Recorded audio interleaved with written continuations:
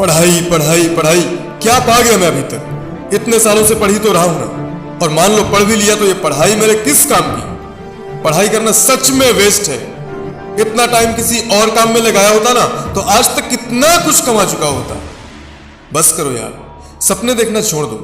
नाराज हो गए अपने आप से, नाराज हो गए उन सब से जिन्होंने तुम्हें सिखाया था कि पढ़ाई ही सब कुछ होती है। नाराज हो गए अपने रिजल्ट से भी, क्योंकि आज की जनरेशन वाले हो, तुम में पेशेंस कहां होता है। Frustration, stress, irritation, fear, square और वोल्केनिक एनर्जी सब कुछ होगा तुम में। लेकिन ठहरो, याद करो इन्हें भी।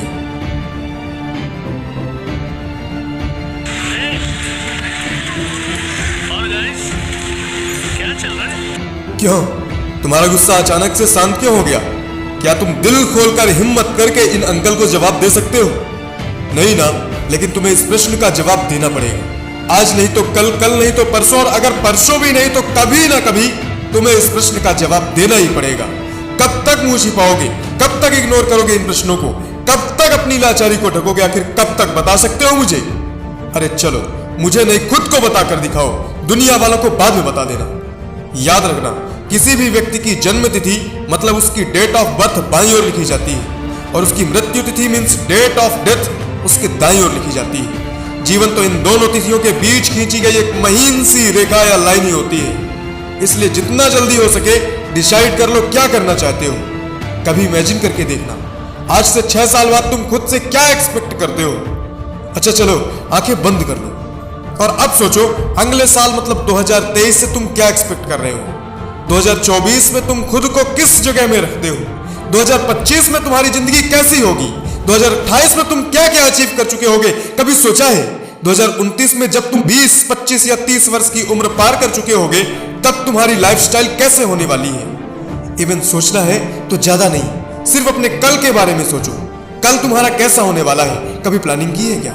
क्या कभी खुद को प्रॉपर तरीके से बताया है कि मैं कल कितने घंटे पढ़ूंगा, कितने घंटे खेलूंगा, इवन कितने घंटे अपने आसपास के लोगों को देकर उनसे सलाह लूंगा, या फिर जरूरतमंद छोटे बच्चों को कल मैं क्या कुछ सिखाऊंगा। अरे तुम ये सब क्या ही सोचोगे। तुम्हें तो सिर्फ और सिर्फ सोशल मीडिया दिखाई देता है, तुम्हें तो सिर्फ और सिर्फ मोबाइल का पूरा शेड्यूल फिक्स दिखाई पड़ता है। लेकिन दोस्त, ये गलत है। तुम ना पढ़कर ना सिर्फ अपने साथ गलत कर रहे हो, तुम अपने पेरेंट्स के साथ भी गलत कर रहे हो, तुम अपने समाज के साथ गलत कर रहे हो, तुम ना पढ़कर अपने पूरे देश के साथ गलत कर रहे हो। याद रखना मेरी इस बात को। तुम सोच रहे होगे हमारे ना पढ़ने से हमारे समाज या हमारे देश का क्या कनेक्शन हो सकता है। तो रुको, गौर से सुनना। आंखों के सामने से कई भ्रम वाले पर्दे हट जाएंगे। आज मैं गली से गुजर ही रहा था कि मुंह में गुटखे की चाम दबाए एक मूर्ख व्यक्ति अपने अज्ञान का बखान करते हुए एक स्टूडेंट को समझा रहे थे, क्या कर लेगा पढ़ लिख के, देख वो घर, यहाँ निखिल नाम का लड़का रहता है। माँ बाप इंजीनियरिंग करा के बड़ी डींगे हाँका करते थे, आजकल घर में ही चश्मा लगाए घूमता फिरता है। क्या मतलब निकला इसके 18 साल लगातार पढ़ाई करने का।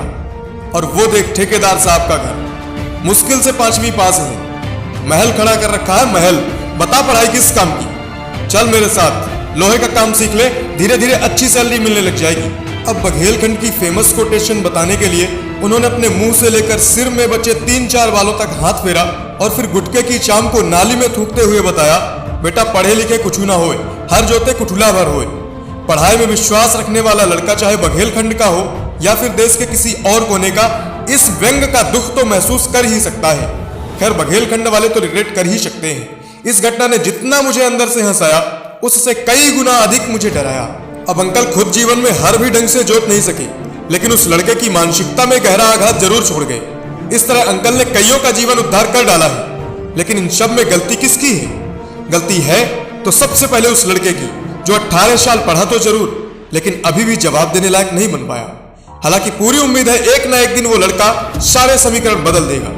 लेकिन सबसे बड़ी गलती है तो वो है हमारे एजुकेशन सिस्टम की। इसे ही तो बदलना है। कौन कौन इस वीडियो के बाद उन अंकल को जवाब देने की ठान लेगा जिन्होंने पूछा था, और जनाब क्या चल रहा है?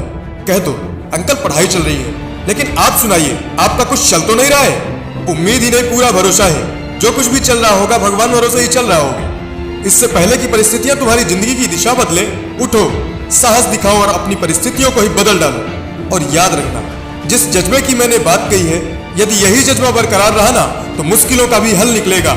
जमीन बंजर हुई तो क्या हुआ, जल भी तो यहीं से निकलेगा। याद रखना मेरे दोस्त, पसीने की स्याही से जो लिखते हैं अपने इरादों को, उनके मुकद्दर के पन्ने कभी कोरे नहीं हुआ करते। और गौर कर लेना, औकात से भी आगे जाने के लिए मेहनत की राह पर चलना जरूरी होता है। इसलिए आज से ही पढ़ाई की हद पार मेहनत करो। इतनी मेहनत कर डालो, इतनी मेहनत कर डालो कि इन सवाल पूछने वालों को खुद ही जवाब मिल जाए। रात रात भर मोबाइल चलाने या दिन दिन भर कुछ भी सोचते रहने से कहीं बेहतर है अब जवाब दिया जाए। यदि अपनी औकात का जायजा लेना है ना, तो एक क्षण के लिए अपने जीवन से पढ़ाई नाम की चीज को हटा कर देखना, या फिर 2-3 दिन खुद को बुक्स से बिल्कुल अलग करके देखना और सोचना कि अब मुझे कभी भी पढ़ने का मौका नहीं मिलेगा। विश्वास है कि तुम्हारा मन सिहर उठेगा। तुम्हें बुक्स के अलावा कोई भी ऑप्शन नजर नहीं आएगा। तुम अपनी जिंदगी किताबों के बिना इमेजिन भी नहीं कर सकते, क्योंकि पढ़ाई ही तो वो चीज है जिसने तुम्हें अंदर से बांधे हुए रखा है। याद रखना, यदि बाप के पैसों पर पलना चाहते हो तो तुम्हारा अस्तित्व शून्य है, तुम शून्य हो। तुम्हें कुछ भी समझा पाना कठिन ही नहीं, नामुमकिन है।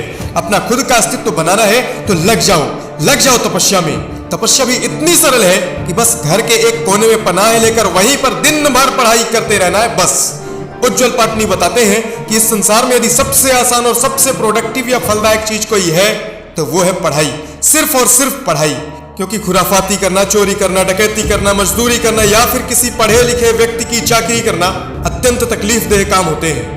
खुराफात करने वाला व्यक्ति हमेशा चिंतित रहता है, डकैती करने वाला जान बचाते ही भागता रहता है, मजदूर धूप शर्द बरसात हर मौसम में तपता ही रहता है। इसलिए पढ़ लो, पढ़ाई कर लो और उन सभी को जवाब दो जो पढ़े लिखे लोगों का मजाक बनाते हैं, उन्हें बदनाम करके लोगों को गुमराह करते हैं, देश की प्रगति में बाधा डालते हैं। पढ़ाई को कभी मंजिल मानकर मत चलना, इसे अपना हमसफर बनाओ, हमेशा तुम्हारे साथ चलेगी। याद रखना, यदि पढ़ाई में होने वाली मेहनत आदत बन गई ना तो कामयाबी मुकद्दर बन जाएगी, निश्चित मान लो।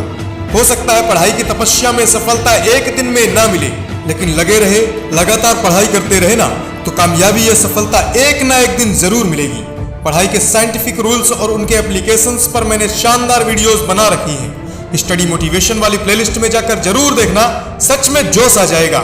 ऐसी स्टडी टेक्निक से तुम्हें पढ़ाई करने की नई दिशा या कहीं नई दशा प्राप्त हो जाएगी। ट्विटर व इंस्टा में फॉलो करके अपने विचार मुझ तक जरूर भेजना। उम्मीद है सबके सवालों का जवाब वहां पर दे पाऊंगा। मिलते हैं एक और शानदार वीडियो आर्टिकल के साथ। तब तक के लिए मैं शिवम प्रयासी हरीश साइन ऑफ करता हूं। सी यू सून। थैंक्स।